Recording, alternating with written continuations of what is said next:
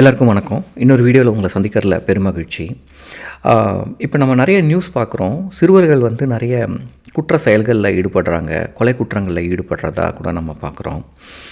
இப்போ இதுக்கெல்லாம் என்ன காரணம், ஏன் இந்த மாதிரி நடக்குது, அந்த பசங்களோட பேரண்ட்ஸ் வந்து என்ன பண்ணுறாங்க, தொடர்ந்து இந்த மாதிரி நிறைய நியூஸ் வந்துக்கிட்டு இருக்கு. இதுக்கு காரணம் வந்து அவங்க பசங்க படிக்காததா, இல்லைனா வந்து ப்ராப்பரான என்விரான்மெண்ட் இல்லையா, இல்லை என்ன மாதிரியான விஷயம் நம்ம பார்க்கறதுக்கு முன்னாடி இதுக்கு ஒரு முக்கியமான காரணம் இருக்கிறதா சொல்கிறாங்க. நான் அதை பற்றி சொல்கிறதுக்கு முன்னாடி ஒரு குட்டி ஸ்டோரி சொல்லிடுறேன். யூஎஸில் 1997 டெனசி அப்படின்ற ஒரு ஸ்டேட்டு, அந்த ஸ்டேட்டு வந்து மலைவாழ் மக்கள் நிறைய பேர் வாழ்ந்துக்கிட்டு இருந்தாங்க. அவங்களுக்கு வந்து ஒரு 6 மாதம் தான் வேலை இருக்குது, ஒரு 6 மாதம் வேலை இல்லாத, சம்மரில் வேலை இருக்கும், வின்டரில் வேலை இருக்காது, வருமானம் ரொம்ப கம்மியாக இருக்குது. அவங்களுடைய பசங்க வந்து பார்த்திங்கன்னா நிறைய குற்ற செயல்களில் ஈடுபடுறாங்க, கெட்ட பழக்கங்களுக்கும் நிறைய ஈடுபடுறாங்க. ஸோ இதை வந்து கவர்மெண்ட் வந்து என்ன பண்ணுதுன்னா, அவங்களுக்கு வந்து ஒரு free education, free health care அப்படின்ற மாதிரி கொடுக்குறாங்க. பட் இருந்தாலும் வந்து அந்த குற்ற செயல்கள் வந்து குறைஞ்ச பாடாக இல்லை.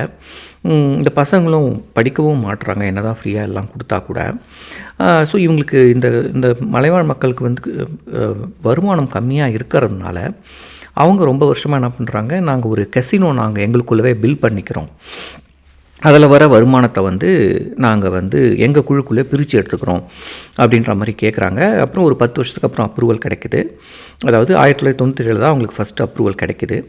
கிடைச்சதுக்கப்புறமா ஃபஸ்ட்டு நாளே அந்த கெசினோ, அதாவது அந்த சூதாட்ட மையமில் வந்து நிறைய கூட்டங்கள் வருது, ஓரளவுக்கு வருமானமும் வருது. இது வந்து ஒரு 1997 திறக்கிறாங்க. அப்போ வந்து ஒரு வீட்டுடைய வருமானம் $500 இருக்குது அப்படின்ற மாதிரி வச்சுக்கிட்டிங்கன்னா, ஒரு 4 வருஷத்தில் என்ன ஆகுதுன்னா $6000 இன்க்ரீஸ் ஆகுது ஒவ்வொரு குடும்பத்துக்கும்.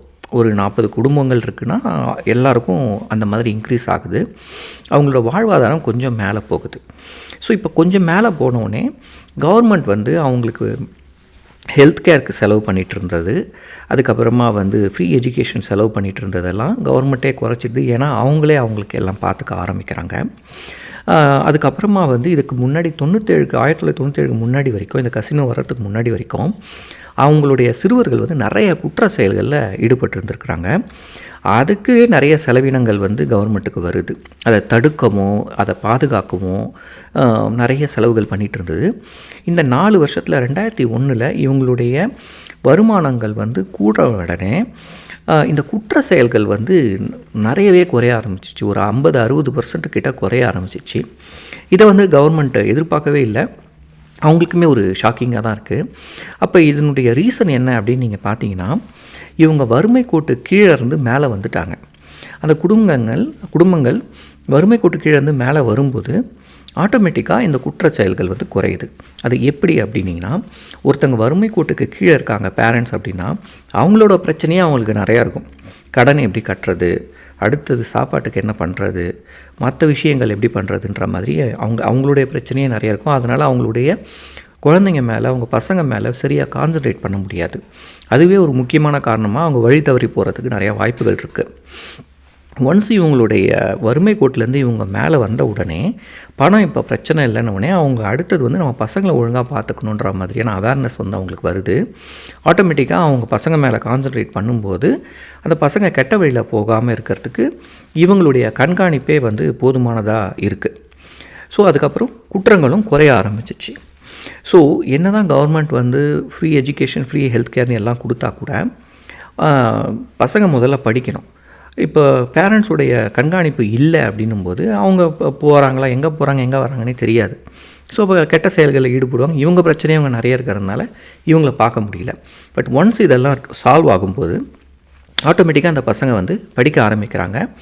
கவர்மெண்ட்டுக்கு செலவுகள் குறையுது. இதுக்கு முக்கியமான காரணம் வந்து வறுமை கோட்டிலேருந்து ஒருத்தங்களை மேலே கொண்டு வர்றது. என்ன தான் எல்லாம் நீங்கள் ஃப்ரீயாக கொடுத்தீங்கன்னா கூட அது வந்து ஒரு ஸ்லோ ப்ராசஸாக தான் இருக்கும் அப்படின்றாங்க. ஸோ இவங்க ஓரளவுக்கு இவங்களுடைய சுயமாக அவங்களா சம்பாரித்து அவங்களுக்கு போதுமான அளவுக்கு வரும்போது இந்த பிரச்சனைகள் வந்து தடுக்கப்படுது, இல்லை ஆட்டோமேட்டிக்காக அதுவே குறையுது. இந்த புக்கை வந்து நான் யூட்டோப்பியா ஃபார் ரியலிஸ்ட் அப்படின்ற ஒரு புக்கில் இருந்து இந்த கதையை படித்தேன்.